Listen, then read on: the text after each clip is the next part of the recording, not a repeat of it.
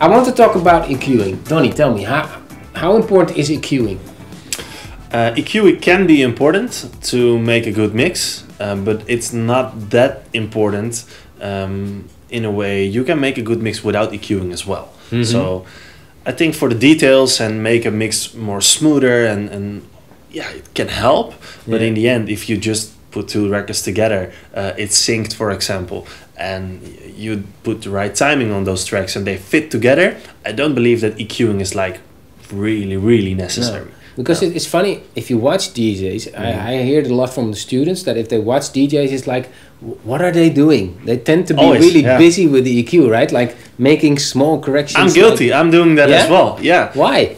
It's just for feeling the vibe, feeling the songs, feeling the mix, doing everything together.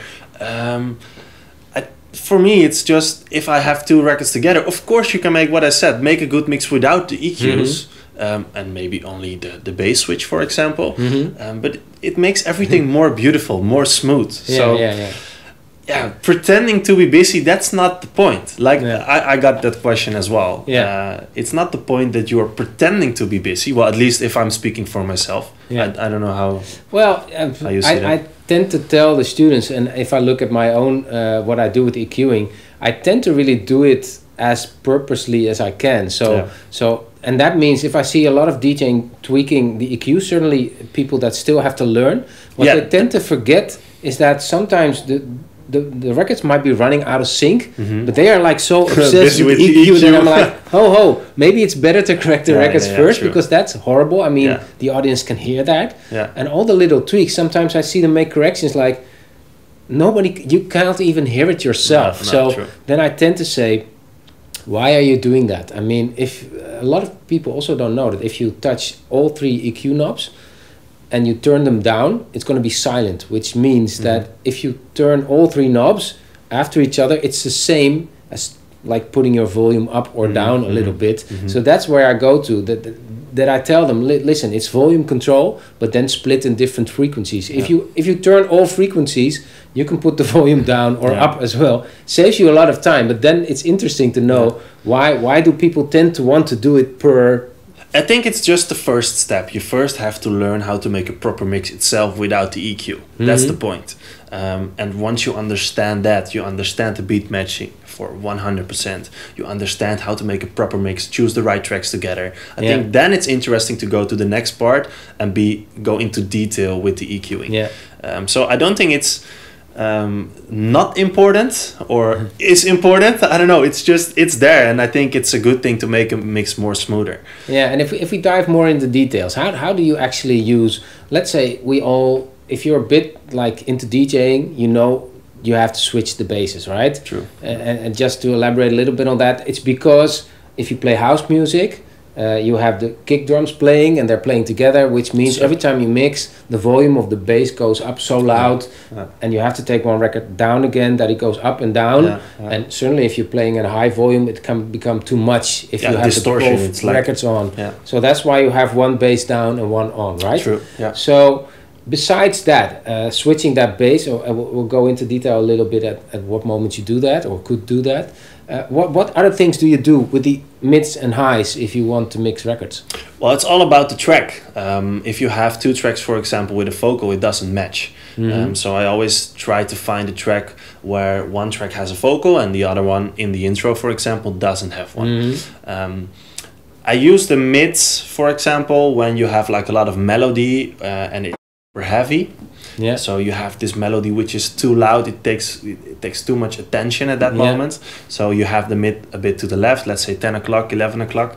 And the same with the highs. That's how I start a mix as well in most cases. So I have the mid at 10 o'clock or 11, high as well, and then the bass off or almost. And then I mix the track in. And then the first step is I make sure to put the vocal a bit down from the other track or the melody or whatever, and then switch the mids and the highs. And then at the end or at the half of 32 or at 16 or whatever 32, the right moment is. Whatever the right moment is. I always try to do it on a 1 or a 5. So 1, 2, 3, 4 or 5, 6, 7, 8. Depends on the moment and the tracks. But those are the steps I make with the EQing. And I can do you can do really boring like the switch, or you do like with some fun, you know, like the little tweaks. It's just feeling the mix. I think what you tell me now, it sounds like it's also like making a bit of music. That is what you're doing. Like I'm interacting with the music, which makes you more feel like a magician than just somebody who is like just mixing two records together, which is basically what we do, right? Yeah. Sometimes you don't have to make it more complicated, because I always tend to see it from the audience perspective. Which is, I always tell my students that everything they do should be tuned to the effect on the audience, right?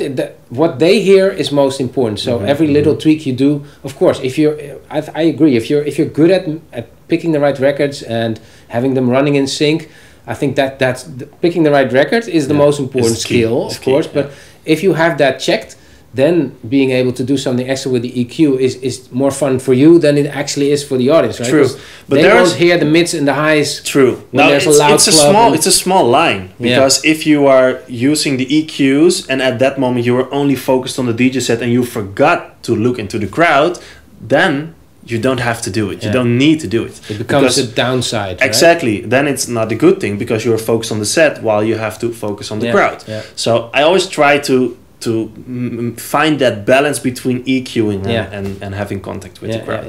But I don't think there was a good or a bad. I think at least the crowd needs to enjoy your set, needs to enjoy your music, needs to enjoy the way you mix. And that's the most important. If EQing is involved, fine. But the most important is having contact with the crowd. Yeah, and also maybe the way to do it is also, if you do it like I'm also interacting, but I'm showing what I'm doing, maybe it has more impact that way. True. Yeah, I do tend to tell people to take it easy on EQing as something to do during mixing, because I think it's more important to seek the attention and look and observe what you should do than focus on something technical, which is really a detail. True. Yeah. And I tell my students to really look per record what you have to do. A lot of DJs just have their standard routines, and they forget that if you play two records which are maybe not even house records, they tend to do the same thing, where you have to look at what is happening musically in a track. And to make those, I always look at it from a puzzle perspective. Like you have to make the music fit, so something has to go if something else comes in. It's the same. You need to have all the puzzle pieces together, or you at least when you have a song or a problem, you need to know, okay, which card do I have to pick? Okay, this is the problem, this is what I have to do. Okay, now this is the problem, this is what I have to do. You have this option on the mixer as well, where if you put the EQ all the way down, all the volume is gone, but you have this other option where not all the volume is gone, but it's so hard. Exactly. So you have those two options, and I think with the volume, which you said earlier, you can choose between those. It's not that relevant, to be honest, but it's a detail thing as well. But that's the thing about EQing. What I also think is important, that you have different EQing usage depending on the energy level. So I mix my records if I'm at the peak time of the night. Quicker. So bigger transitions and also bigger anticipation, where you take out both basses and have more like tension build up. Whereas at the beginning of a night, I tend to mix real smooth. So I'm not cutting basses.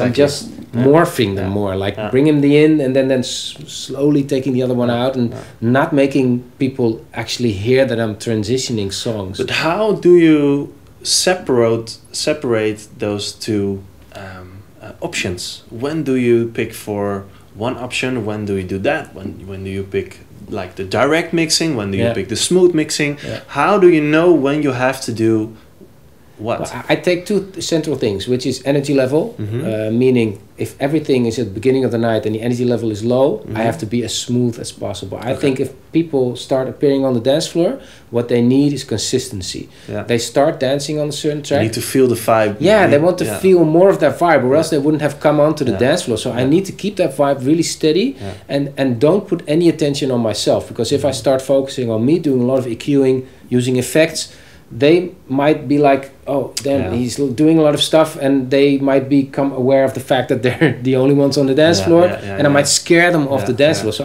I want to keep them there by doing exactly what I was doing. Warm up.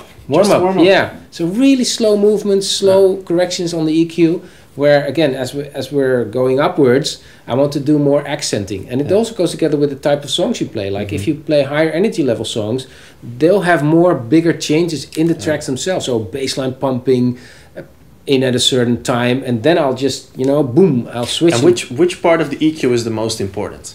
The bass. The bass. Yeah, it has the most impact. It's the bass. If you turn that, it's like that's why people even can go like when you just enter a bass. Yeah. It's like the bass that's where they are dancing on as well, together with the rhythm. Yeah. If the bass is gone, you feel like okay. I don't know how to move. I don't know what to do, and the bass comes in, and everyone's like, It's really the drive. That think about techno, if the bass is coming in, boom, that's like has the biggest impact. Yeah, even at techno parties, you can just leave the bass out for a long time, create a lot of anticipation, maybe use some effects in the build-up, and then once it hits, it might not be much like musical stuff going on, but the effect that it's such a big change between it being there and not being there will just make people go Yeah. I think EQing is a good detail thing to make, but it's lost in line. Yeah, and I think that's important to realize. Certainly, if you're not like a professional yet, is to focus on the primary things, which is getting the right record at the right moment, and then mixing it like correctly synced, which is timing wise what happens in the tracks. If you do that, EQing is a good cherry on the focus cake, more on the crowd, and then the EQing is coming there. But it's a fun thing to do. It's a fun thing to do, yeah. So thanks for watching. We're going to do more videos like this one, and we'd like you to tell us what kind of subjects we should discuss, and subscribe to our channel. Comment down below. See more videos like this one.